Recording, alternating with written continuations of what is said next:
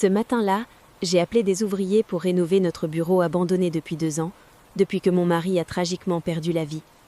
À peine avais-je déposé mon fils à l'école que l'un des ouvriers m'a téléphoné, la voix tremblante de panique et de terreur. « Madame, venez vite!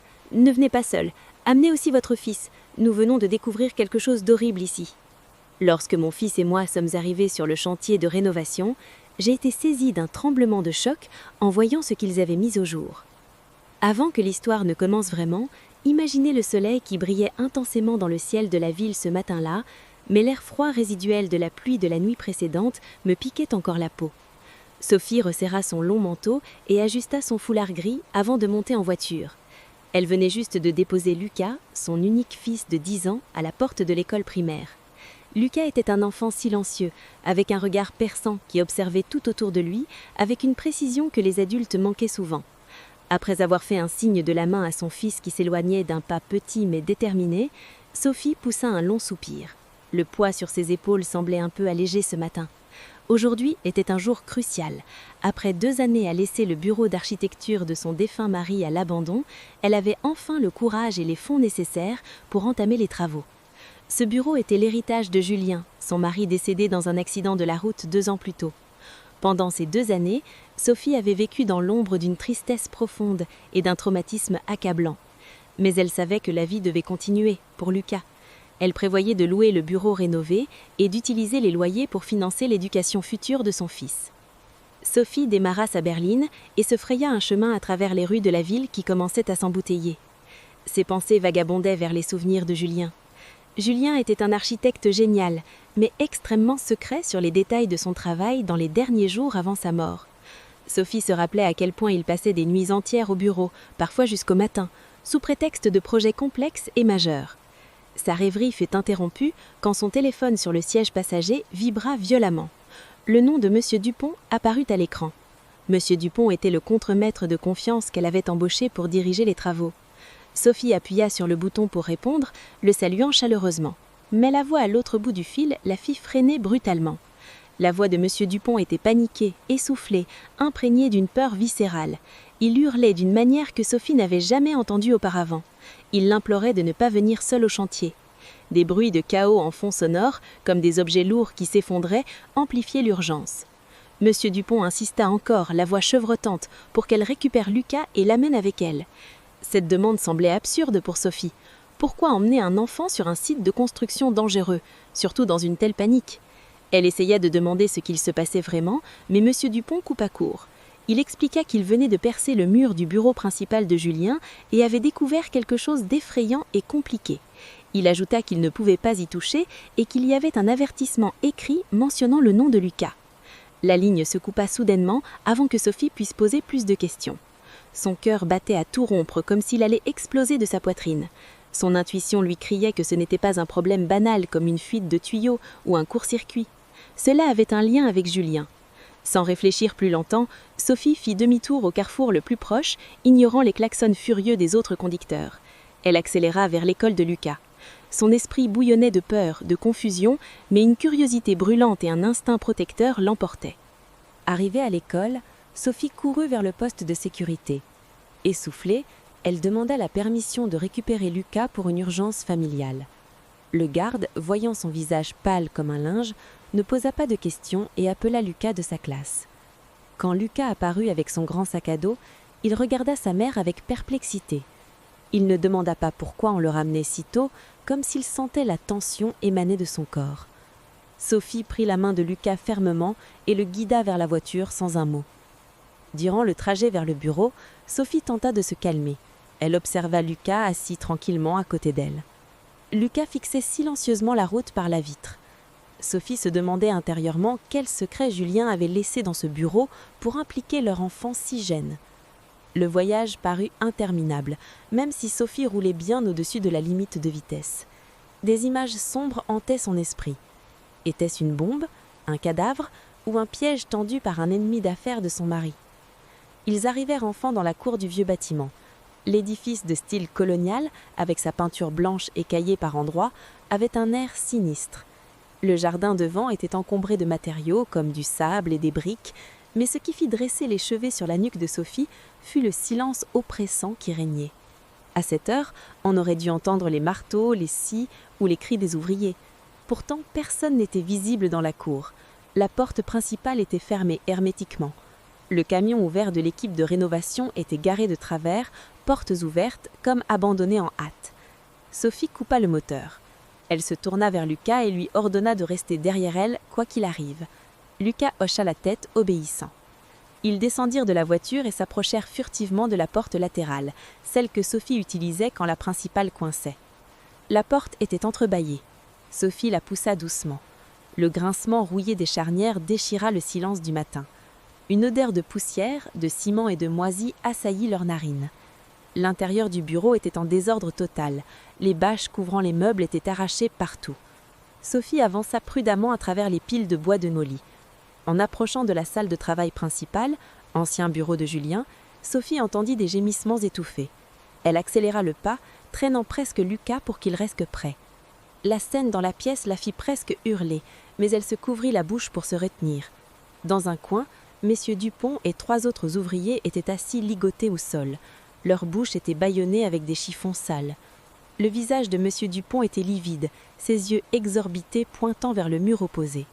Ce mur était celui prévu pour être démoli aujourd'hui, afin d'agrandir la pièce. Une partie était déjà effondrée, révélant une cavité sombre derrière. Mais ce qui rendait l'atmosphère terrifiante n'était pas seulement les ouvriers attachés. Au milieu de la brèche, une plaque métallique épaisse était encastrée, d'un aspect moderne contrastant avec le vieux bâtiment. Sur cette plaque, un petit écran digital rouge affichait un compte à rebours.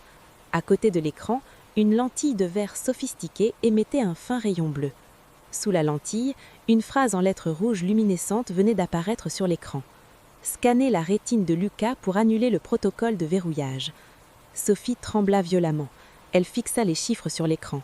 Le temps restant était critique. Elle regarda M. Dupont qui hocha la tête paniquée, lui faisant signe d'obéir au message. Sophie comprit que son mari Julien avait orchestré tout cela. Ce n'était pas une simple rénovation. C'était le début d'un puzzle dangereux préparé par Julien bien avant sa mort. Et pour une raison inconnue, Lucas en était la clé. Sophie s'agenouilla pour se mettre à la hauteur de Lucas, posant ses mains sur ses petites épaules. Elle devait prendre une décision rapide, une décision qui changerait leur vie à jamais. La panique envahissait la pièce étouffante. Les chiffres sur l'écran diminuaient à une vitesse effroyable. 2 minutes 30 secondes, c'était tout ce qui restait avant que quelque chose de terrible n'arrive.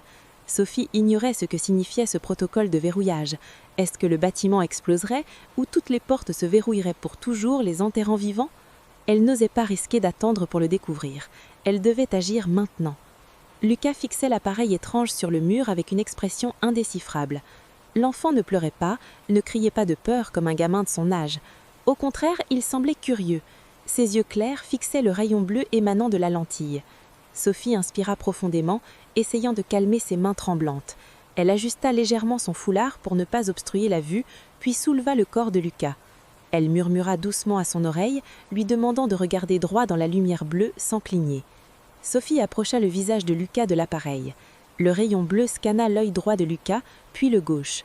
Cela parut durer des heures pour Sophie, alors que cela ne prit que quelques secondes. Soudain, un bip long et strident retentit. Le compte à rebours s'arrêta net à 1 minute. La couleur rouge de l'écran vira au vert vif.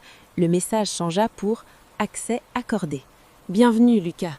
Les ouvriers ligotés dans le coin expirèrent un soupir de soulagement à travers leurs bâillons.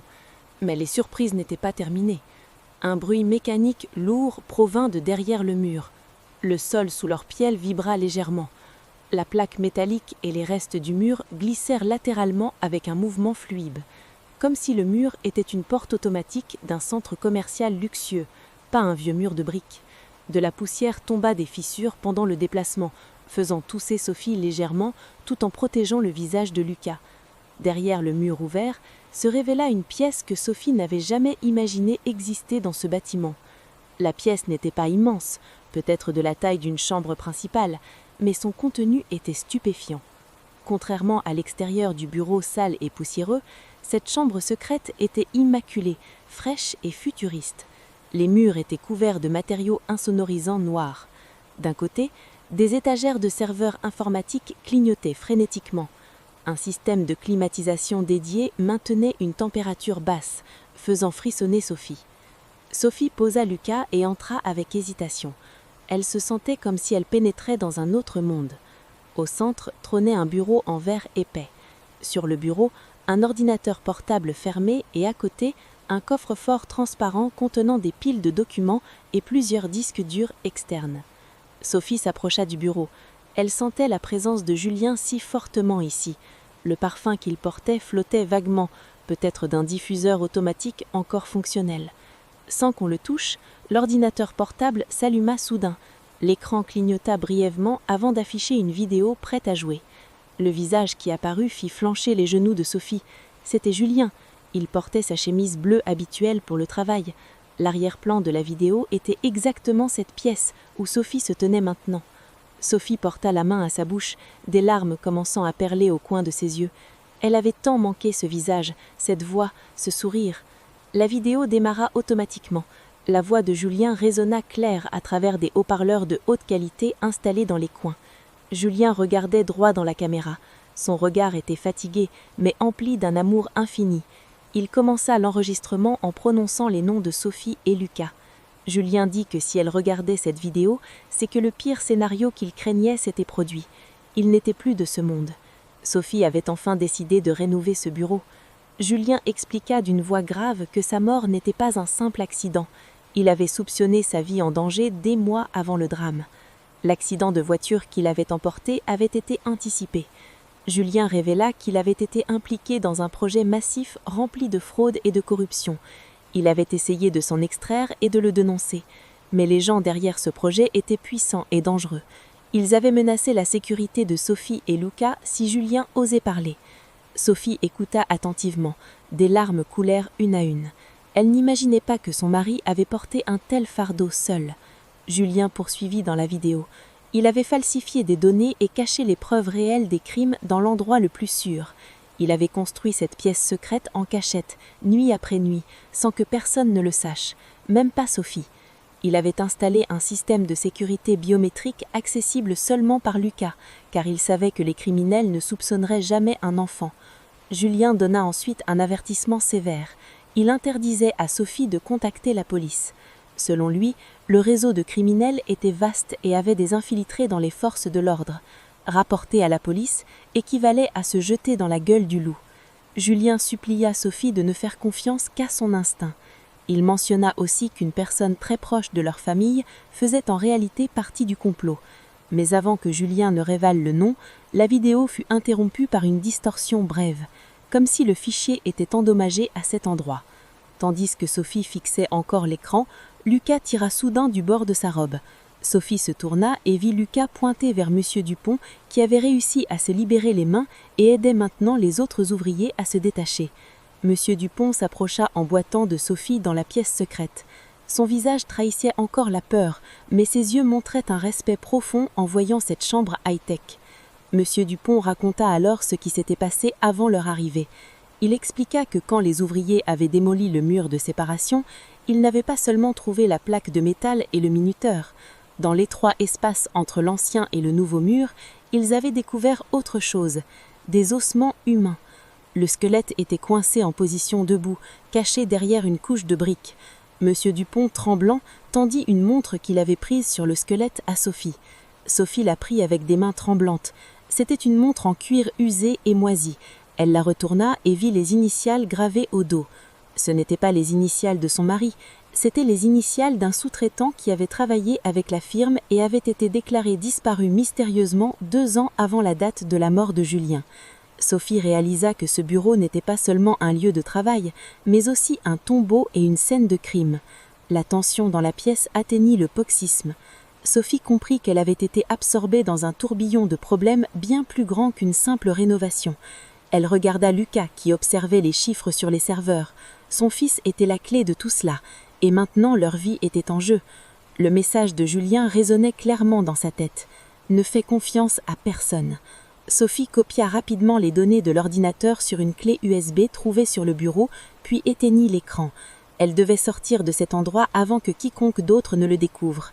Mais à peine Sophie s'apprêtait-elle à sortir de la pièce secrète qu'un bruit de voiture s'arrêtant dans la cour avant retentit.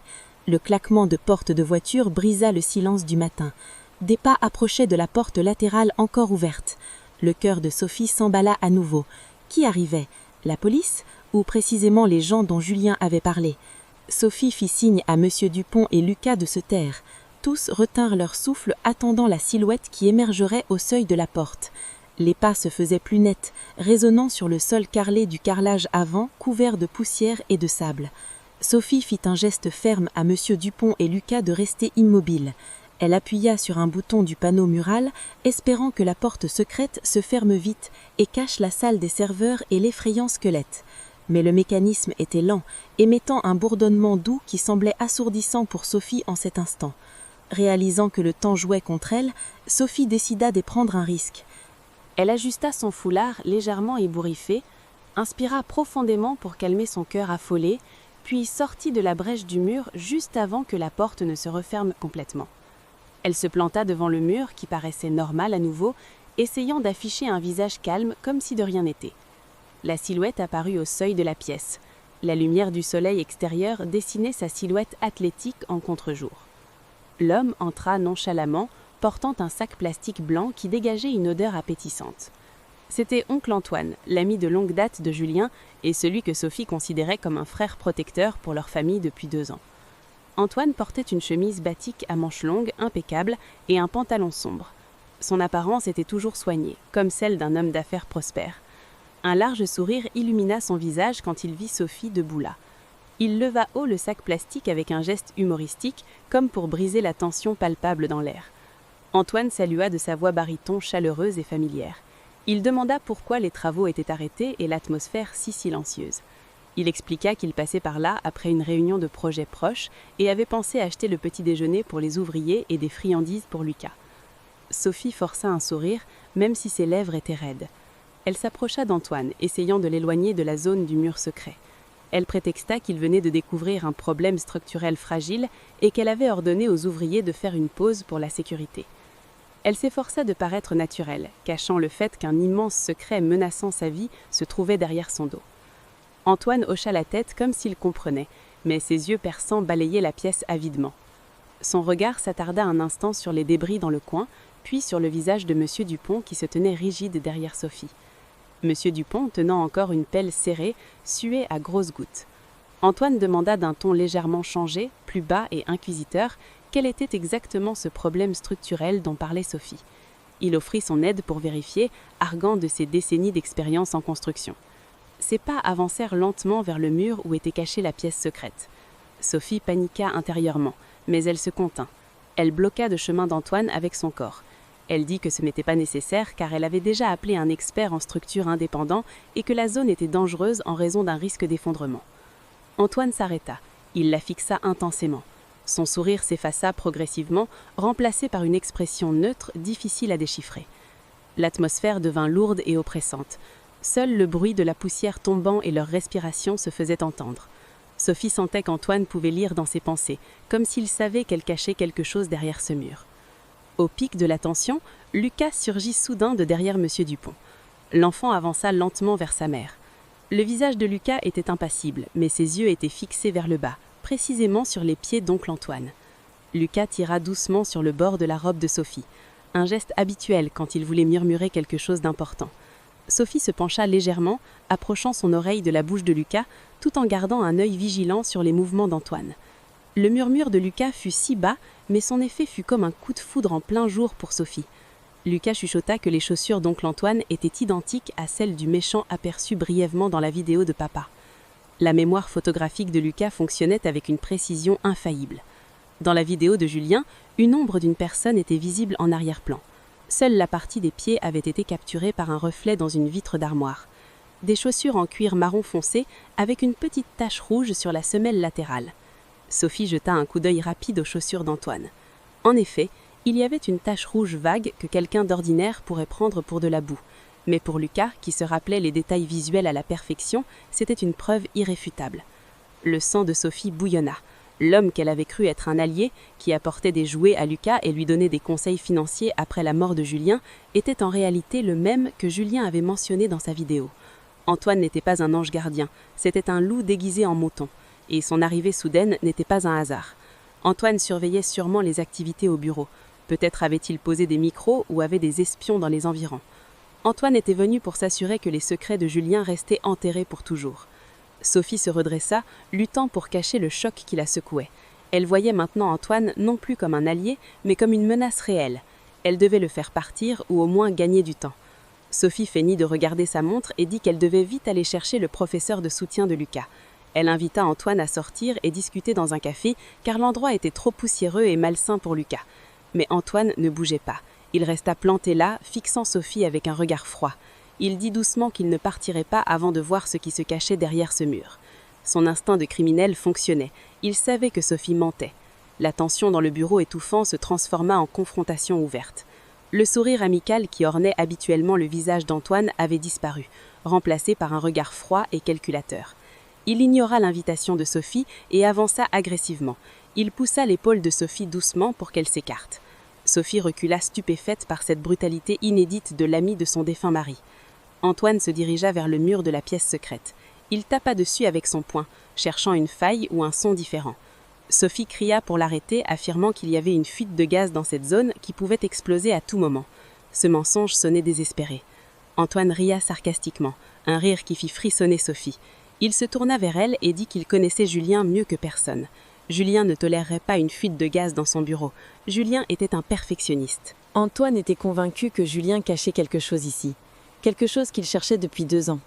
La main d'Antoine fouilla dans sa poche de veste, comme s'il s'apprêtait à prendre quelque chose. Sophie recula d'un pas, tirant Lucas vers elle. Antoine portait-il une arme ? Pendant qu'Antoine palpait le mur à la recherche du mécanisme d'ouverture, Monsieur Dupont, qui était resté figé dans le coin, bougea soudain. Jusque-là, Monsieur Dupont semblait un contremaître peureux et tremblant, mais cette fois, ses mouvements furent rapides et inattendus. Il balança la pelle de fer qu'il tenait avec toute sa force. Le coup dur du manche atterrit précisément dans le dos d'Antoine. Le bruit de l'impact fut effroyable. Antoine grogna de douleur. Son corps vacilla en avant et il tomba à genoux. Avant qu'Antoine ne puisse réagir ou sortir quoi que ce soit de sa poche, Monsieur Dupont frappa à nouveau la nuque d'Antoine à main nue. Une technique d'arts martiaux qui n'était pas celle d'un ouvrier ordinaire. Antoine s'effondra au sol, inconscient. Sophie étouffa un cri en voyant la scène. Elle regarda Monsieur Dupont avec incrédulité. Monsieur Dupont, essoufflé, s'agenouilla rapidement et fouilla la veste d'Antoine. Il en sortit un pistolet avec silencieux et le mit en sécurité. Monsieur Dupont regarda Sophie et dit brièvement qu'il n'avait pas beaucoup de temps avant qu'Antoine ne reprenne conscience. Il demanda l'aide des autres ouvriers encore tremblants pour ligoter les mains et les pieds d'Antoine avec des cordes respantes de la rénovation. Sophie était encore sous le choc, mais elle réalisait que Monsieur Dupont venait de leur sauver la vie. Après s'être assuré qu'Antoine était solidement attaché à un pilier de béton au centre de la pièce, Monsieur Dupont fit signe à Sophie de retourner dans la pièce secrète. Il devait découvrir ce que contenaient exactement ces données, pour lesquelles Antoine était prêt à tuer son propre ami. Sophie prit la main de Lucas et rentra dans la chambre froide derrière le mur. Elle s'approcha de l'ordinateur encore allumé. Lucas, curieux, appuya sur quelques touches pour ouvrir un dossier nommé « Projet pont suspendu ». L'écran affichait des centaines de documents numériques, photos et plans de construction. Sophie, qui avait souvent aidé Julien avec l'administration, comprenait un peu comment lire ces fichiers techniques. Elle ouvrit un rapport budgétaire. Ses yeux s'écarquillèrent en lisant une note en bas de page, écrite par Julien en rouge gras. Il y était noté qu'Antoine avait secrètement ordonné le remplacement des spécifications de béton et d'acier par des matériaux de qualité inférieure, non conformes aux normes de sécurité. L'économie de milliards ainsi réalisée avait été détournée vers les comptes personnels d'Antoine. Julien avait joint des preuves de transfert et des enregistrements audio de conversations entre Antoine et des fournisseurs illégaux de matériaux. Plus terrifiant encore, l'écran montrait une simulation structurelle créée par Julien. Elle révélait que le pont suspendu inauguré 1 semaine plus tôt avait un défaut fatal dans ses piliers principaux. Le pont ne résisterait pas longtemps à la charge du trafic dense et aux vibrations de résonance. Sous la simulation, Julien avait prédit la date de l'effondrement basée sur des calculs de charge maximale. Cette date était aujourd'hui. Soudain, le smartphone de Sophie dans la poche de sa robe sonna bruyamment. Ce n'était pas un appel, mais une avalanche de notifications de nouvelles urgentes. Sophie prit son téléphone d'une main tremblante. L'écran affichait des titres en majuscules de divers médias nationaux. Tragédie nationale, le pont suspendu de la ville s'effondre. Sophie plaqua sa main sur sa bouche pour retenir un sanglot hystérique. La prédiction de Julien s'était réalisée. Les crimes d'Antoine avaient coûté des vies aujourd'hui. Des dizaines de voitures étaient tombées sous les décombres de béton. Sophie regarda Lucas qui fixait aussi les nouvelles sur l'écran de l'ordinateur. Le visage innocent de son fils semblait confus et triste devant les images de ruines. Sophie sentit une rage immense enflammer sa poitrine. Antoine n'était pas seulement l'assassin de son mari, il était un tueur de masse qui avait sacrifié des innocents pour sa cupidité. Sophie se tourna vers la porte de la pièce secrète, regardant vers l'extérieur où Antoine était ligoté et inconscient. Sa peur se transforma en une détermination d'acier. Elle devait s'assurer qu'Antoine paye pour ses actes. Les preuves sur cet ordinateur étaient la clé pour l'enfermer à vie. Mais la situation n'était pas encore sûre. Monsieur Dupont rentra dans la pièce secrète avec un visage tendu. Il rapporta qu'Antoine commençait à se réveiller et à se débattre.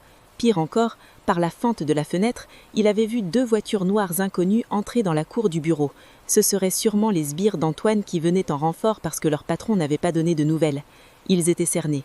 Le bureau, qui aurait dû être un refuge, s'était transformé en piège à rats. Sophie devait réfléchir vite. Il devait sortir d'ici et emporter ses preuves aux autorités dignes de confiance, s'il en restait encore dans cette ville. Le bruit des moteurs des voitures s'arrêtant dans la cour avant sonnait comme un glas pour Sophie. Son cœur battait plus fort en rythme avec les pas lourds montant les marches de la terrasse du bureau. Elle regarda M. Dupont dont le visage se crispait. L'homme d'âge mûr fit signe à Sophie de rester dans la protection de la pièce secrète. Pendant ce temps, il sortit vers la salle centrale du bureau en désordre où Antoine était encore ligoté au pilier de béton. Mais tout se passa trop vite. Avant que M. Dupont ne puisse renforcer les liens d'Antoine ou trouver une cachette stratégique, la porte d'entrée du bureau fut enfoncée violemment, les charnières grinçant bruyamment. 2 hommes costauds en costume noir froissé entrèrent dans la pièce. Ils n'avaient pas l'air de voyous ordinaires, mais de gardes de corps professionnels entraînés avec une aura de cruauté évidente dans leurs yeux. Sans un mot, l'un d'eux pointa son arme sur M. Dupont. M. Dupont, réalisant qu'il était en infériorité numérique et armé, leva lentement ses mains dans les airs. Le second se précipita vers Antoine, sortit un couteau pliant de sa poche et coupa habilement les cordes qui liaient leur patron. Antoine se leva lentement, étirant ses muscles endoloris. Il massa ses poignets rougis par les liens, puis regarda M. Dupont avec un sourire sinistre. Sans avertissement, Antoine asséna un coup violent au menton de M. Dupont, faisant tomber l'ancien garde de corps au sol avec un coin de bouche en sang. Sophie retint un cri depuis l'entroubaillement de la pièce secrète. Elle serra Lucas contre elle, couvrant ses yeux pour que Lucas ne voie pas la violence, bien que Lucas, intelligent, comprenait la dangerosité de la situation. Antoine se tourna ensuite vers la brèche du mur où Sophie se cachait. Il savait qu'elle était là. D'un pas nonchalant mais menaçant, Antoine s'approcha. Il appela Sophie d'une voix faussement amicale qui sonnait pourtant comme une torture à ses oreilles. Antoine dit que le jeu de cache-cache était fini et qu'il était inutile de se cacher plus longtemps. Il ordonna à Sophie de sortir avec l'ordinateur si elle voulait que M. Dupont continue à respirer. Entendant la menace, Sophie n'avait pas d'autre choix. Les jambes tremblantes, elle guida Lucas hors de la pièce secrète, serrant l'ordinateur de Julien contre sa poitrine comme un bouclier. Face à Antoine, Sophie vit un changement drastique chez l'homme qu'elle avait pris pour un ami. Le visage d'Antoine, autrefois chaleureux et paternel, était maintenant froid, féroce et dépourvu d'émotion. Le masque de l'amitié avait volé en éclats, révélant le vrai visage d'un sociopathe sans conscience. Antoine regarda Sophie avec mépris, comme si elle n'était qu'un insecte insignifiant gênant ses plans. Il rit doucement en voyant la peur dans ses yeux, semblant savourer ce moment de domination. Sophie prit son courage à 2 mains pour parler. Sa voix trembla, chargée de rage et de larmes. Elle demanda comment Antoine avait pu faire cela à Julien, son propre ami, et causer la mort de dizaines de personnes dans l'effondrement du pont suspendu qui venait juste de se produire. Sophie déversa sa déception, rappelant à Antoine leurs années d'université, les dîners chez eux et sa promesse de protéger Lucas après la mort de Julien. Tous ces souvenirs étaient maintenant comme un poison douloureux. Antoine écouta les reproches de Sophie avec un air ennuyé. Il l'interrompit d'une voix plate. Pour lui, tout n'était que business. Il expliqua sans remords que Julien était trop idéaliste et naïf. Selon Antoine, dans le monde impitoyable de la construction, l'efficacité des coûts primait. Et si cela impliquait de baisser la qualité des matériaux pour des profits énormes, c'était un risque acceptable. Antoine avoua qu'il n'avait pas initialement prévu de tuer Julien. Il voulait juste qu'il se taise. Mais Julien, têtu, insistait pour dénoncer, forçant Antoine à prendre des mesures extrêmes pour sauver son empire d'affaires. L'effondrement du pont n'était pour Antoine qu'un dommage collatéral inévitable, une simple statistique. Antoine posa ensuite les yeux sur l'ordinateur que Sophie serrait. Il s'avança et l'arracha brutalement. Mais au lieu de sembler inquiet des preuves à l'intérieur, Antoine le fracassa au sol jusqu'à ce que l'écran se brise en morceaux. Sophie en resta bouche bée. Elle pensait que les données de l'ordinateur étaient ce qu'Antoine craignait le plus. Elle se trompait. Antoine éclata de rire en voyant sa confusion. Il dit que les preuves de fraude de construction n'avaient plus d'importance pour lui maintenant. Les nouvelles s'étaient répandues, le pont était effondré, et il pouvait fuir à l'étranger avec une nouvelle identité. Ce qu'il voulait maintenant n'était pas d'effacer des preuves, mais de l'argent pour financer sa fuite. Antoine approcha son visage de celui de Sophie. Son regard perçant la glaça. Il révéla un secret qui fit geler le sang de Sophie. Antoine dit que Julienne, avant de mourir, avait fait quelque chose de très rusé. Julien avait réussi à pirater le compte secret d'Antoine à l'étranger, où il stockait tous les fonds de corruption et de blanchiment d'argent accumulés pendant des années. Julien avait transféré tout cet argent vers un compte crypté dont le code n'était pas dans l'ordinateur, ni dans un carnet, ni nulle part. Antoine tourna son regard vers Lucas, debout silencieusement à côté de Sophie. Le sourire d'Antoine s'élargit. Effroyable. Il s'accroupit pour être à la hauteur de Lucas. Il dit que Julien avait caché la clé de ce coffre-fort digital à l'endroit le plus inattendu, dans la mémoire de Lucas. Antoine raconta qu'une semaine avant l'accident, Julien jouait souvent avec Lucas à mémoriser des suites de chiffres aléatoires. Antoine savait que Lucas avait une mémoire photographique, un don rare pour retenir des détails visuels et numériques parfaitement en un seul regard. Julien avait utilisé la capacité de son propre fils comme un coffre-fort vivant. Sophie tira immédiatement Lucas derrière elle, protégeant son enfant de ce regard avide. Elle n'imaginait pas que son mari avait impliqué Lucas à ce point. Elle ressentait de la colère envers Julien, tout en admirant sa stratégie folle. Antoine se releva et ordonna à ses sbires de capturer Lucas. Il se fichait de Sophie ou de Monsieur Dupont maintenant. Il n'avait besoin que de Lucas pour l'interroger jusqu'à ce que l'enfant révèle la suite de chiffres mémorisés. Antoine menaça de blesser Sophie si Lucas ne parlait pas. La situation devint critique. Monsieur Dupont, encore étendu au sol, tenta de se relever pour se battre. Mais un des sbires d'Antoine lui donna un coup de pied violent dans le ventre, le faisant retomber en gémissant de douleur. Sophie recula lentement. Ses yeux cherchaient frénétiquement une sortie. Mais les deux hommes dans noir bloquaient la sortie. Antoine sortit son pistolet de sous sa veste. Cette fois, il ne le cachait plus. Il arma l'arme avec un clic qui résonna dans la pièce silencieuse. Il donna 5 secondes à Lucas d'avancer et dire les chiffres où il tirerait dans la jambe de Sophie comme premier avertissement. 1 seconde, Sophie fouilla son cerveau. Elle balaya la pièce du regard, encore en rénovation. Il y avait des sacs de ciment, des bidons de peinture et des câbles pendants. Ses yeux se posèrent sur un panneau électrique temporaire ouvert sur le mur près de la sortie. Près d'elle. Le panneau était ouvert pour réparation. 2 secondes, Antoine commença le compte à rebours à voix haute. 3 secondes, Lucas serra fort la main de sa mère. Sa paume était froide et moite. 4 secondes, Sophie savait qu'elle ne pouvait pas livrer son enfant à ce monstre. Elle savait aussi que donner les chiffres ne garantirait pas leur sécurité. Antoine les tuerait tous après avoir obtenu son argent pour éliminer les témoins. À la 5e seconde, au lieu de capituler, Sophie prit une action désespérée. Elle saisit un bidon de peinture en métal près de son pied et le lança de toutes ses forces non pas vers Antoine, mais vers le panneau électrique ouvert sur le mur près de Sophie. Le bidon heurta les câbles nus avec violence. Des étincelles jaillirent, suivies d'une petite explosion. Le système électrique instable du bâtiment court-circuita totalement. Les lumières de la pièce clignotèrent follement avant de s'éteindre complètement, plongeant la pièce dans une obscurité totale. Les cris surpris d'Antoine et de ses sbires retentirent dans le chaos. C'était la seule chance de Sophie. L'obscurité enveloppant le bureau était si dense et soudaine que les yeux de n'importe qui avaient besoin de temps pour s'adapter. Mais pour Sophie, c'était un avantage majeur. Elle avait passé les 2 dernières semaines à examiner les plans de rénovation, à aller et venir dans le bâtiment. Elle connaissait chaque recoin, chaque sortie, même dans le noir. Elle attrapa la main de Lucas et se mit à ramper vers la sortie arrière, ignorant les jurons d'Antoine qui ordonnait à ses hommes de bloquer toutes les portes. Et elle savait qu'elle devait bouger vite et silencieusement. Elle murmura tout bas à l'oreille de Lucas de retenir son souffle et de marcher sur la pointe des pieds. Ils rampèrent sur le sol poussiéreux, évitant les débris qui pourraient faire du bruit s'y piétiner. Sophie entendit des bruits de lutte de l'autre côté de la pièce. C'était sûrement Monsieur Dupont. Dans l'obscurité, l'ancien garde du corps exploitait le chaos pour attaquer un des sbires d'Antoine. Des sons de coups sourds et de gémissements de douleur lui donnèrent un peu de temps pour s'éloigner. Sophie guida Lucas vers le couloir arrière, menant à une petite cuisine. Un chemin détourné pour atteindre la porte latérale reliée au parking. Le couloir était étroit et rempli d'échafaudages en métal pour peindre le plafond. Un faisceau de lampes torches venant de la salle centrale balaya vers le couloir. La lumière dansait sur les murs, créant des ombres effrayantes. Sophie accéléra, trémant presque Lucas.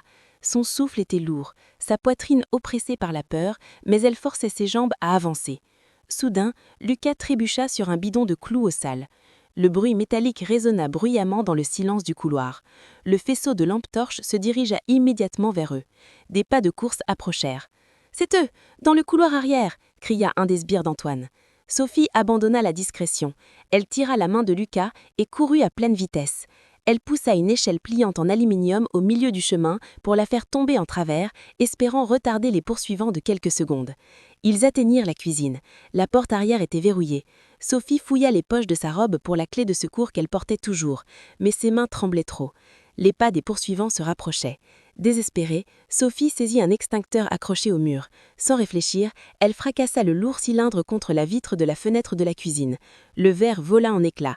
Elle nettoya rapidement les débris restants du cadre avec le bout du cylindre, puis souleva Lucas pour qu'il sorte en premier. « Vite, mon chéri, cours vers la voiture !» ordonna Sophie à mi-voix. Lucas sauta dehors, atterrissant sur l'herbe du jardin arrière. Sophie le suivit, escaladant la fenêtre avec difficulté car sa robe s'accrocha au cadre en bois. Quand ses pieds touchèrent le sol, une main robuste tenta d'attraper sa cheville depuis l'intérieur. Sophie donna un coup de pied violent à la main jusqu'à ce qu'elle lâche. Puis elle courut rejoindre Lucas qui l'attendait près de la haie. L'air extérieur était un peu plus frais, malgré les nuages lourds. Ils contournèrent le bâtiment en courant vers la cour avant, où la vieille berline de Sophie était garée. Antoine venait juste de sortir par la porte principale, le visage rouge de colère. Il tenait encore son pistolet. La distance d'Antoine à la voiture était plus grande que celle de Sophie. Sophie sprinta, l'adrénaline inondant son corps. « Entre dans la voiture, vite !» cria Sophie. Elle appuyait sur le bouton de la télécommande, les phares clignotèrent, indiquant que les portes étaient déverrouillées. Ils sautèrent tous deux dedans, presque simultanément. Sophie claqua la porte du conducteur et pressa le verrouillage central. Clic ! Le son des serrures fut comme une mélodie divine pour Sophie. Elle vit Antoine courir vers eux, levant son arme avec un sourire. Sophie, paniquée, inséra la clé dans le contact et la tourna. Le moteur rugit à la vie. Elle s'apprêtait à appuyer sur l'accélérateur pour enfoncer la grille et fuir cet enfer. Mais quelque chose d'étrange se produisit. À peine une seconde après le démarrage, le moteur s'éteignit totalement. Les voyants du tableau de bord clignotèrent anormalement en rouge. Sophie tourna à nouveau la clé, mais le moteur ne répondit pas. « Allume-toi, s'il te plaît !» cria Sophie frustrée en frappant le volant. Antoine était maintenant juste devant la voiture, souriant en pointant son pistolet sur le pare-brise, droit sur le visage de Sophie. Alors que Sophie pensait que c'était la fin, un mécanisme caché dans la voiture s'activa. Un sifflement hydraulique retentit des portes. Des plaques d'acier minces émergeaient des interstices des portes, remontant pour couvrir toutes les vitres de l'intérieur. En quelques secondes, toutes les fenêtres furent obstruées par des plaques d'acier, plongeant l'intérieur dans une obscurité totale, comme dans le bureau plus tôt. Sophie et Lucas étaient piégés dans un cocon d'acier. Du système audio de la voiture, qui s'alluma automatiquement, sortit la voix enregistrée de Julien, calme et autoritaire. « Pardonne-moi, ma chérie. Pardonne-moi, Lucas. Si ce système est activé, c'est que vous essayez de fuir. Mais l'extérieur est trop dangereux. Cette voiture n'est pas pour s'échapper, c'est un bunker final. Les vitres et la carrosserie sont renforcées avec du Kevlar anti-balles de niveau militaire. Le moteur est désactivé automatiquement pour vous empêcher de sortir et d'être capturé. Restez dedans. L'aide viendra si vous pouvez envoyer un signal. » Sophie resta figée sur le siège du conducteur. Elle se sentait relâchée et horrifiée à la fois. La voiture était conçue pour les protéger, mais aussi pour les enfermer. Dehors, des coups violents retentirent à plusieurs reprises. Bam, bam! Antoine cognait la carrosserie et les plaques d'acier avec quelque chose de dur, peut-être le manche de son pistolet ou un outil trouvé dans le chantier. Sa voix étouffée par l'extérieur était pleine de rage. « Ouvrez! Vous ne pouvez pas vous cacher dans cette boîte de sardines pour toujours. Je vais brûler cette voiture s'il le faut. » Sophie serra Lucas qui tremblait sur le siège passager. Dans l'obscurité étroite de l'habitacle, seule la lueur faible des instruments illuminait le visage pâle de Lucas. Mais étrangement, il restait calme. Lucas ne pleurait pas. Ses yeux étaient fixés sur une série de petites lumières rouges sur le tableau de bord qui clignotaient irrégulièrement. Au début, Sophie pensait que c'était juste des indicateurs de panne dus au système désactivé. Mais Lucas s'approcha du tableau de bord, ses doigts tapaient sur son genou suivant le rythme des clignotements. « Sophie observa le comportement de son fils avec confusion. Dans cette situation de vie ou de mort, Lucas semblait résoudre un puzzle. Lucas se tourna vers Sophie et murmura doucement. Sa voix était confiante dans le silence. Il dit que les lumières n'étaient pas défectueuses, mais envoyaient un message. C'était du code Morse. Julien avait enseigné les bases du code Morse à Lucas lors d'un camping dans le jardin 1 an plus tôt. Sophie fut stupéfaite. Elle fixa les lumières à nouveau. Court, court, long. Pause. Long, court, long. Le motif se répétait. Sophie, ignorante, ne comprenait pas, mais elle faisait pleinement confiance à l'intelligence de son fils. Lucas décoda lettre par lettre. V, E, N, T, I, L, A, T, I, O, N, G, U, D, A, N, G, B, E, L, A, K, E, N, G. Le message se répétait. Ventilation, goudang, arrière. Sophie comprit immédiatement. Julien n'avait pas seulement préparé la voiture comme abri, mais comme indicateur. La voiture était une diversion. Le vrai refuge, ou la sortie secrète, était dans le bâtiment, précisément dans la zone du goudang arrière rarement visitée. Julien voulait qu'il retourne dans la tanière du lion, pas qu'il fuit. Cette stratégie était risquée, mais Sophie n'avait pas d'autre option. Elle jeta un œil par une fine fente entre les plaques d'acier de la vitre. Dehors, elle vit l'ombre d'Antoine s'éloigner vers le stockage des matériaux, de l'autre côté de la cour. Dans sa main, un jerrycan rouge. Antoine allait vraiment incendier la voiture. Leur temps était peut-être moins de 2 minutes avant qu'ils ne reviennent avec le carburant. Sophie devait agir vite. Elle appuya sur le bouton de déverrouillage manuel de la porte. Le mécanisme hydraulique siffla doucement et la plaque d'acier de la porte conducteur descendit, suivie du déverrouillage des serrures. Sophie poussa la porte lentement. L'air froid extérieur envahit l'habitacle. Elle fit signe à Lucas de se préparer à courir le plus vite possible. Ils descendirent en catimini, utilisant la carrosserie comme bouclier pour ne pas être vus par les sbires d'Antoine qui pourraient monter la garde devant. Sophie serra fort la main de Lucas et au compte de 3, ils sprintèrent vers l'arrière du bâtiment, évitant les zones ouvertes éclairées par les lampadaires. Le souffle de Sophie brûlait ses poumons quand ils atteignirent le mur arrière du bâtiment. Là, des buissons sauvages non taillés couvraient une grille de ventilation à hauteur de taille. Sophie palpa le bas de la grille et trouva un petit levier caché. Elle le tira et la grille s'ouvrit facilement.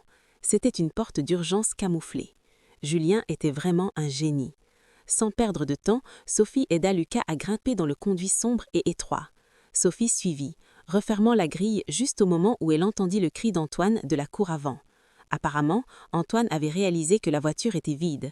Ils rampèrent dans l'obscurité du conduit poussiéreux. L'odeur de moisie et d'excréments de rats piquait le nez, mais Sophie l'ignora. Elle poussa Lucas à avancer.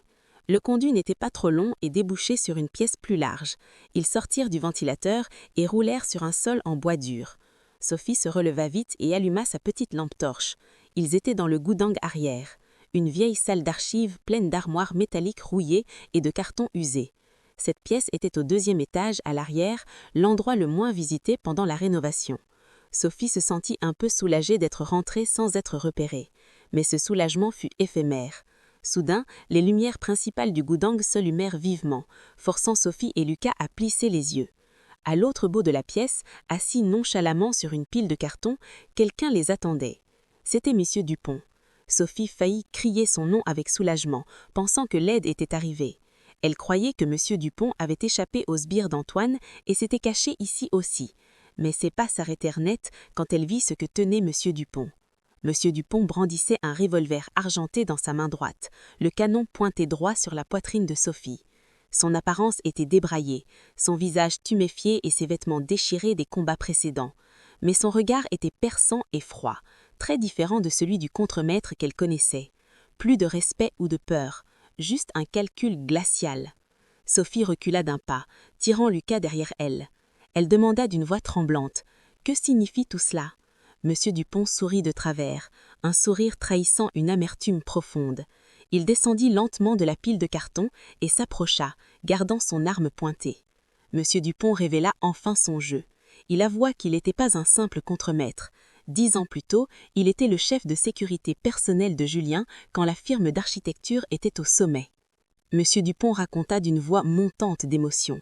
Il avait dédié sa vie à protéger Julien, même en faisant les sales besognes pour nettoyer les problèmes d'affaires de Julien dans le passé.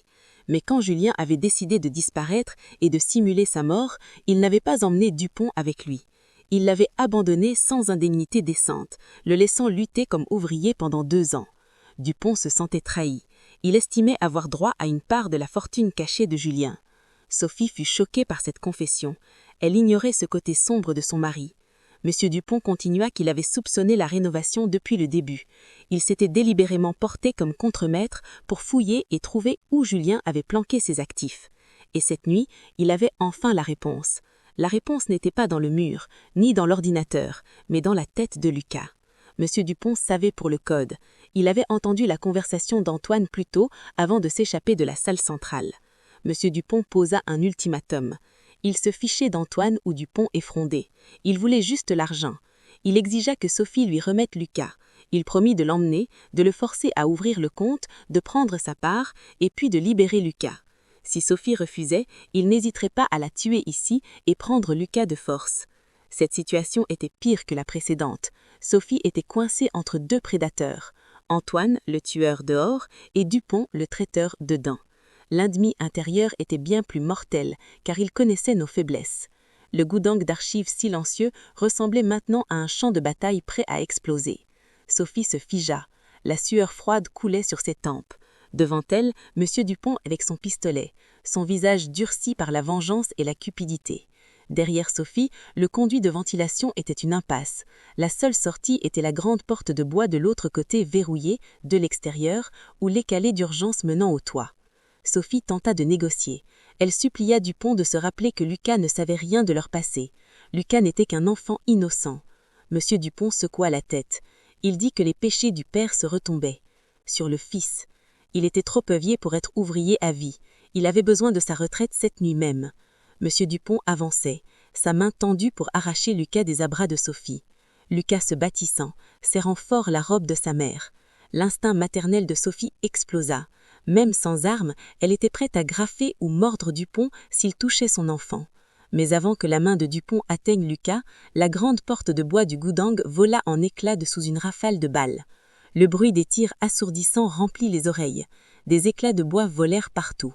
Sophie se jeta instinctivement au sol, couvrant le corps de Lucas pour le protéger en causant de balles. Monsieur Dupont sursauta et sauta se cacher derrière une armoire. Travers la poussière de la porte détruite, Antoine entra, le visage rouge de fureur et le souffle court. Il n'était pas seul. Ses 2 sbires le suivaient avec des visages tout aussi féroces. Antoine avait apparemment entendu du bruit ou vu des traces et avait traqué la position du goudang.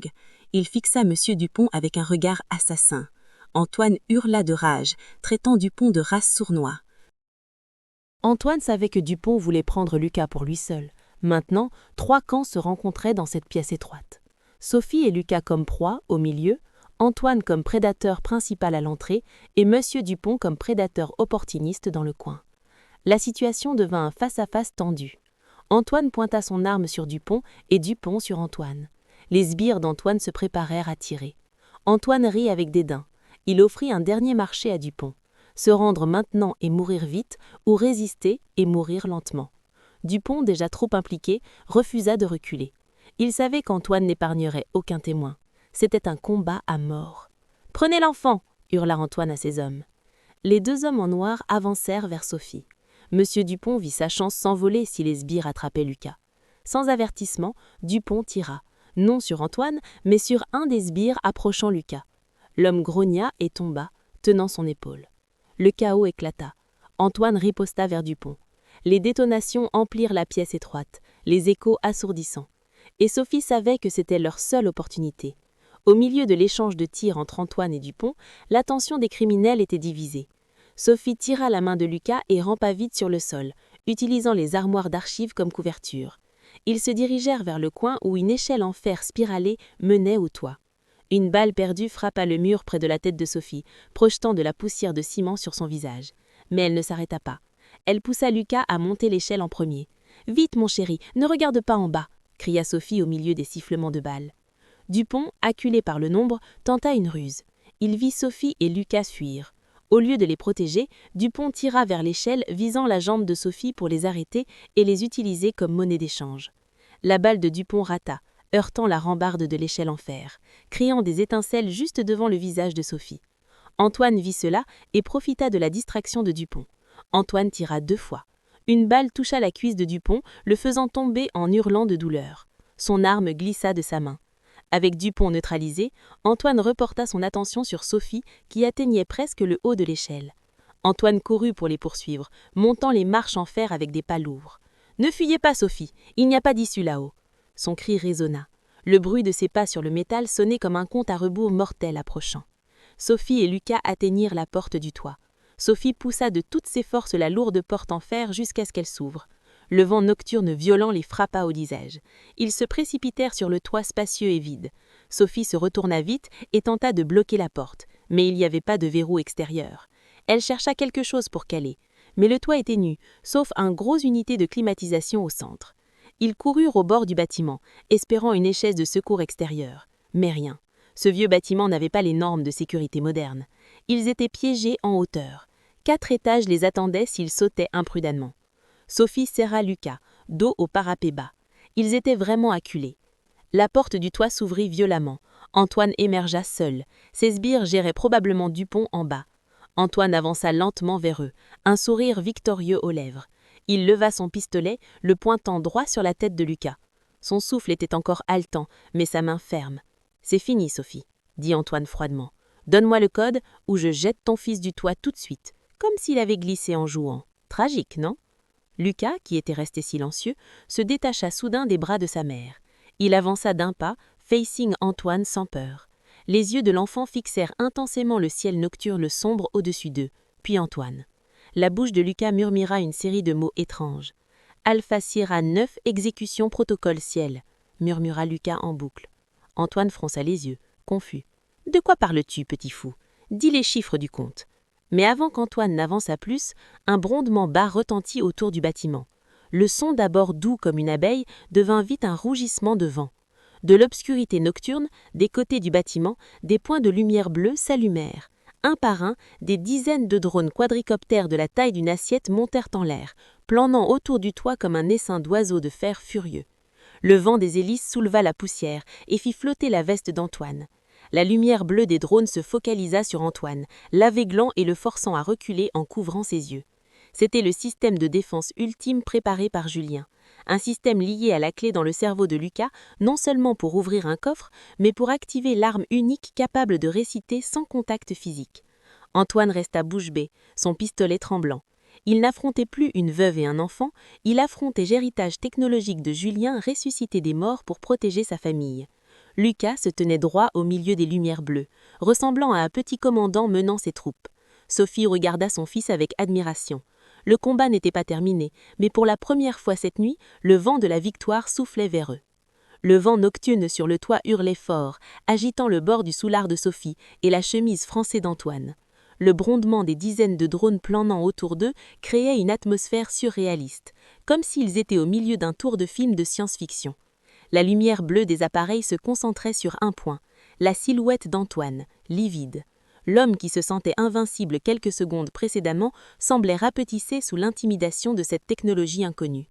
La main d'Antoine tenant le pistolet tremblait violemment. Ses yeux balayaient frénétiquement d'un drone à l'autre, essayant de comprendre la menace réelle. Était-il armé ? Allait-il l'abattre s'il bougeait ? Mais après quelques instants sans attaque physique, le courage d'Antoine revint graduellement. Il réalisa que ces petits drones n'étaient que des outils de surveillance, des gadgets sophistiqués, peut-être juste des caméras ou des senseurs. Le rire d'Antoine explosa, faux et forcé au milieu du vent. Il secoua la tête, se convainquant que Julien, son ami mort, ne faisait que bluffer depuis la tombe. Il hurla vers le ciel, défiant les machines de l'attaquer s'il l'osait. Quand il n'y eut réponse hormis le grondement constant, Antoine reporta son attention sur Sophie et Lucas, qui atteignaient presque le haut de l'échelle. Son visage était maintenant cramoisi de rage, se sentant manipulé par un fantôme du passé. Antoine avança agressivement, ignorant les lumières bleues qui l'aveuglaient. Il saisit le bras frêle de Lucas brutalement, tirant l'enfant vers lui jusqu'à ce que le pistolet touche la tempe de Lucas. Sophie hurla hystériquement, tentant d'avancer pour arracher son fils, mais Antoine menaça de presser la détente si Sophie bougeait d'un pouce. La situation retomba au point le plus bas. Antoine se fichait des drones, de la police ou de quiconque regardant. Son esprit était en chaos, dominé par un seul objectif, l'argent. Il savait que sa vie en ville était finie après l'effondrement du pont.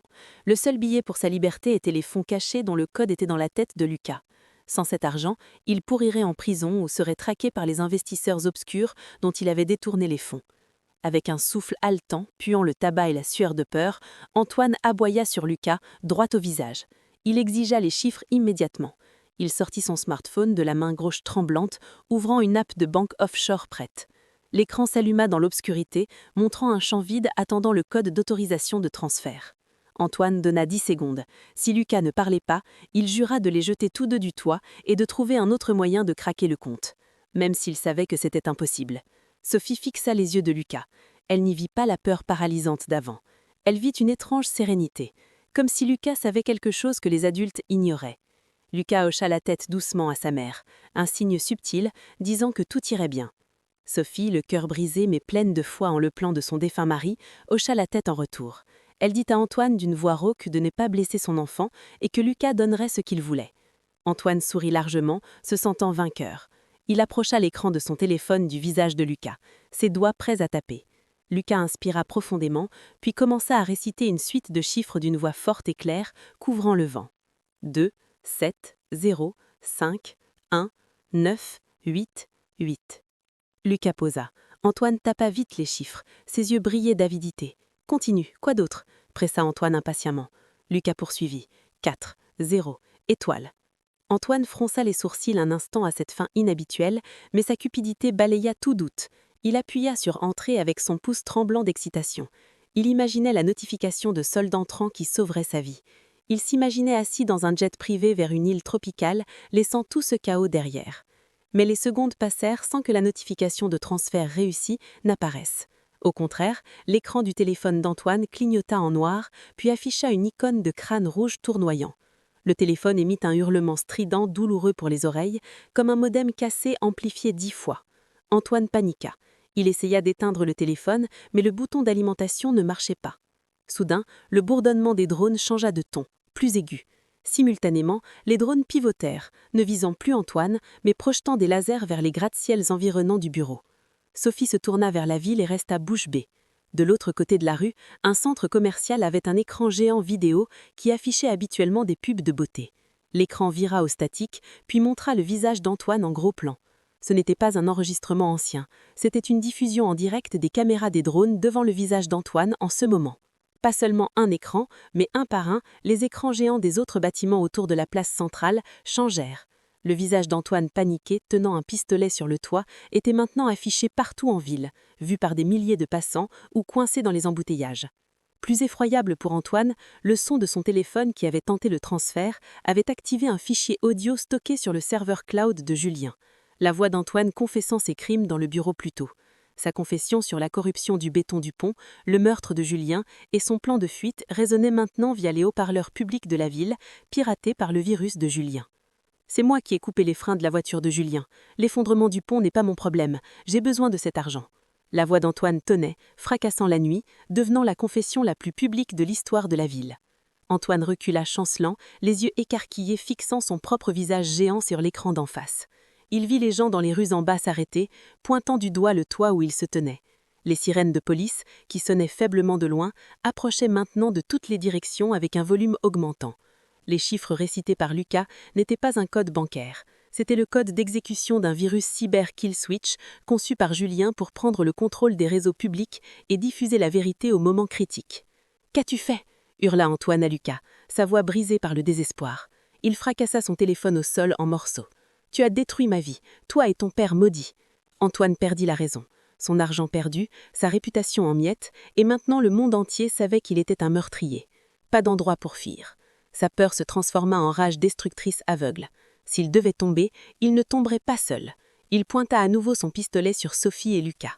Cette fois, avec une intention homicide sérieuse. Son regard vide, celui de quelqu'un sans espoir de vie. Le ciel nocturne était illuminé par les gyrophares rouges et bleus des voitures de police circulant la cour du bureau. Une voix au mégaphone retentit d'en bas, ordonnant à Antoine de lâcher son arme et de se rendre. Mais Antoine n'entendit pas l'avertissement. Sur le toit, Antoine rugit comme une bête acculée, chargeant vers Sophie et Lucas. Son pistolet cracha une fois, la balle frôlant l'oreille de Sophie, heurtant l'unité de climatisation derrière eux en une explosion d'esparcelle. Sophie n'attendit pas le second tir. Avec l'adrénaline au maximum, elle poussa Lucas de toutes ses forces sur le côté pour qu'il se cache derrière le parapet du toit. Sophie ne recula pas, mais avança vers Antoine. Elle savait qu'elle ne pouvait pas rivaliser en force avec un homme adulte, mais elle avait un avantage. Antoine était instable et le sol du toit glissant de rosée nocturne. Quand Antoine courut pour la frapper avec la crosse du pistolet, Sophie se laissa tomber au sol et balaya ses jambes de toutes ses forces sur les chevilles d'Antoine en pleine course. Le mouvement simple mais efficace. Antoine, lancé à pleine vitesse, perdit l'équilibre. Ses jambes accrochées, son corps projeté en avant par-dessus Sophie. Son propre élan le propulsa incontrôlablement vers le bord du toit, sans haut parapet. Antoine tenta de freiner avec ses mains, griffant le béton du toit jusqu'à ce que ses ongles se cassent, mais son inertie était trop forte. Il hurla longuement en passant par-dessus le rebord et en tombant dans le vide. Sophie ferma les yeux, retenant son souffle, mais aucun bruit d'impact au sol ne retentit. Ce qu'elle entendit fut un choc métallique dur et un gémissement de douleur déchirant. Sophie osa ramper au bord et regarder en bas. La vue en bas était à la fois effroyable et soulageante. Antoine n'avait pas chuté jusqu'au sol. Son corps était coincé dans l'échafaudage de rénovation au 3e étage. Ses jambes emmêlées dans les tuyaux de métal en position inversée. Sa tête pendait dangereusement dans le vide. Il était vivant, mais une jambe visiblement cassée dans une position anormale. Son pistolet avait disparu quelque part. En bas, des dizaines de policiers avec boucliers et armes assaillirent l'échafaudage. Antoine, pendu impuissant, ne put que geindre tandis que les policiers le descendaient rudement et le menottaient. Au même moment, une équipe SWAT enfonça l'intérieur du bâtiment et traîna dehors M. Dupont blessé à la jambe et les sbires survivants d'Antoine. Le drame de la prise d'otage prit fin. Le visage d'Antoine couvert de sang et de poussière, éclairé par les flashs des caméras des journalistes affluents, devint le symbole de l'effondrement de la cupidité bâtie sur la souffrance d'autrui. Sophie se tourna et serra Lucas encore tremblant dans le coin du toit. Ils pleurèrent ensemble, libérant la tension qui les avait étouffés pendant des heures. Les drones de Julien éteignirent lentement leur lumière et atterrirent automatiquement un par un sur le toit. Leur mission accomplie. 6 mois plus tard, le vieux bâtiment de bureau autrefois terrifiant et chargé de souvenirs sombres avait complètement changé d'apparence. Les murs ternes étaient repeints en blanc éclatant avec des accents bleu clair. La grille d'entrée rouillée était maintenant grande ouverte, accueillant quiconque. Au-dessus de la porte principale, une plaque élégante affichait un nouveau nom. Maison d'apprentissage Julien, centre de formation technologique gratuit. Ce matin-là, l'intérieur du bâtiment bourdonnait d'activité. Des dizaines d'enfants de divers horizons, des gamins des rues aux orphelins, étaient assis devant des ordinateurs high-tech dans la pièce qui avait été le lieu de captivité d'Antoine. Sophie arpenta le couloir, souriant aux volontaires enseignants. Elle portait une robe colorée vive, son visage paraissait bien plus frais et joyeux qu'il y a 6 mois. Le traumatisme de cette nuit n'avait pas totalement disparu, mais s'était transformé en force motrice pour réaliser le vrai rêve de Julien. Partager le savoir. Monsieur Dupont et Antoine cropissaient maintenant en prison avec des sentences à vie pour divers chefs d'accusation, du meurtre prémédité à la corruption d'État, en passant par l'enlèvement. Sophie avait assisté au procès juste pour entendre le verdict, s'assurant que ce chapitre sombre de sa vie soit clos légalement. L'argent corrompu d'Antoine, saisi par l'État, avait été en grande partie restitué, mais les actifs légitimes de la firme de Julien avaient été sauvés par Sophie et utilisés pour fonder cette institution. Sophie entra dans la salle de classe principale. Là, Lucas était assis, entouré de nouveaux amis. Il expliquait comment créer un programme simple sur l'écran d'ordinateur. L'enfant, autrefois réservé et introverti, semblait maintenant vivant. Ses yeux pétillaient en expliquant la logique du codage à son voisin. Sophie s'approcha et caressa la tête de Lucas. « Lucas ?» appela Sophie doucement une fois la classe terminée et les autres enfants partis. « Maman est encore curieuse d'une chose. Sur le toit, ce soir-là, le code de chiffres que tu as récité, d'où papa te l'a-t-il appris ? Maman ne se souvient pas que papa t'ait enseigné un langage de programmation si complexe pour hacker les écrans de la ville. » Lucas regarda sa mère, puis sourit largement, plissant les yeux. Il fouilla dans sa poche de pantalon et sortit un bout de papier usé plastifié. C'était un morceau de papier trouvé dans le coffre-fort de verre de la pièce secrète cette nuit-là. Écrit de la main de Julien. « Papa ne m'a pas appris de code virus, maman. » répondit Lucas innocemment. Dans cette lettre, papa dit juste « Mon fils, Si un jour toi et maman êtes en grand danger et qu'un méchant demande des chiffres, récite juste la date de naissance de maman. Papa s'est occupé du reste. » Sophie fut stupéfaite. Elle prit le papier et le lut. Des larmes d'émotion coulèrent sur ses joues. Elle se rappela les chiffres récités par Lucas sur le toit. 27 mai 1988, c'était sa date de naissance. Inversée et combinée, comme Lucas l'avait dit, elle devenait la clé d'activation du système de défense. Julien n'avait pas utilisé un code compliqué ou un algorithme mathématique avancé comme clé principale. Il avait utilisé ce qu'il aimait le plus dans le monde, la date de naissance de sa femme. Même dans la mort, Julien avait fait de la mémoire de Sophie l'arme la plus puissante pour protéger leur famille. Papa a dit « La date de naissance de maman est le jour le plus chanceux pour papa », ajouta Lucas en remettant le papier dans sa poche. Sophie sourit en essuyant ses larmes. Une chaleur envahit sa poitrine. Elle regarda par la fenêtre vers le jardin maintenant planté de tournesols. Le soleil matinal brillait intensément, baignant le bâtiment d'une lumière dorée. Les ombres du passé avaient disparu, remplacées par l'espoir de l'avenir. Sophie prit la main de Lucas et ils sortirent ensemble du bâtiment, prêts à affronter une nouvelle journée avec un cœur ouvert et plein d'amour. Julien n'était peut-être plus là physiquement, mais son amour était ancré de fondement dans chaque mur, chaque ligne de code et dans le sourire de leur enfant. Ils étaient enfin vraiment libres.